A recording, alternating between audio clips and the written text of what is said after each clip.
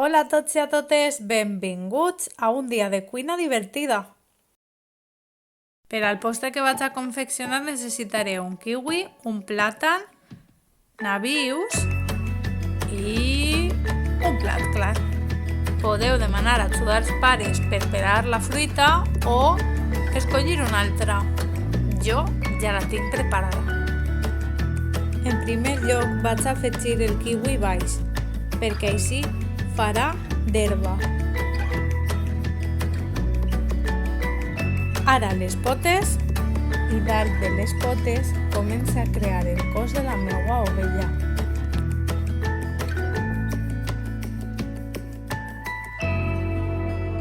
Una volta fet el cos de plàtan, afegisc els nabius damunt del plàtan per a crear la cara. Per últim, fique uns cereals en els ulls i el nas.